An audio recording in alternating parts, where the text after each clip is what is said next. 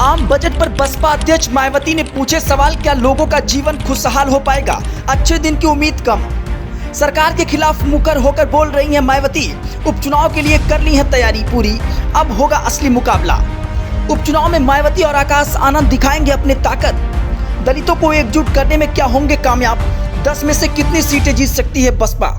वित्त मंत्री निर्मला सीतारमण ने संसद में बजट पेश किया और इसके बाद यूपी में पूर्व मुख्यमंत्री और बसपा की राष्ट्रीय अध्यक्ष मायावती ने अपनी कड़ी प्रतिक्रिया व्यक्त करते हुए एक्स पर पोस्ट कर दिया।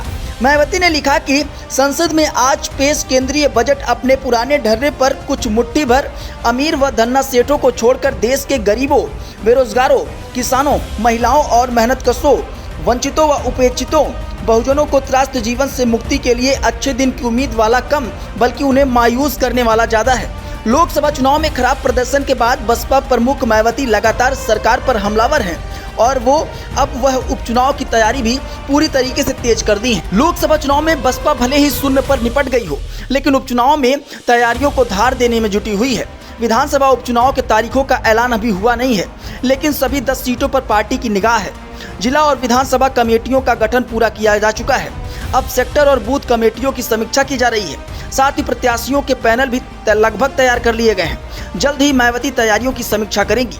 बसपा का प्रदर्शन 2012 के बाद से लगातार गिरता जा रहा है। पिछले विधानसभा चुनाव में उसे 1 सीट मिली थी और वोट प्रतिशत महज 12.8% रह गया था। इस लोकसभा चुनाव में एक भी सीट नहीं जीत सकी। वोट प्रतिशत गिरकर 9.39% हो गया और इसके बावजूद चुनाव खत्म होते ही बसपा ने उपचुनाव लड़ने का ऐलान कर दिया और तैयारियों में जुट गई है। पार्टी प्रमुख मायावती के निर्देश पर पार्टी पदाधिकारी तैयारी में जुट गए हैं। जोन प्रभारी से लेकर बूथ स्तर तक पदाधिकारी चुनाव की तैयारी में पूरी तरीके से अपनी ताकत झोंक रहे हैं। यहाँ तक कि प्रत्याशियों के पैनल भी लगभग तैयार हो चुके हैं। बसपा प्रमुख मायावती और उनके उत्तराधिकारी एवं राष्ट्रीय कोऑर्डिनेटर इन दिनों दिल्ली में हैं और दूसरे प्रदेशों में संगठन की समीक्षा कर रहे हैं। उसके बाद मायावती जल्द ही लखनऊ लौटेंगी। यहाँ पर वह सभी तैयारियों की समीक्षा करेंगी। प्रत्याशियों के नामों पर अंतिम मोहर भी वही लगाएंगी। उपचुनाव की तारीखों का ऐलान होने के बाद जातीय समीकरण को देखते हुए प्रत्याशियों के नामों का ऐलान किया जाएगा।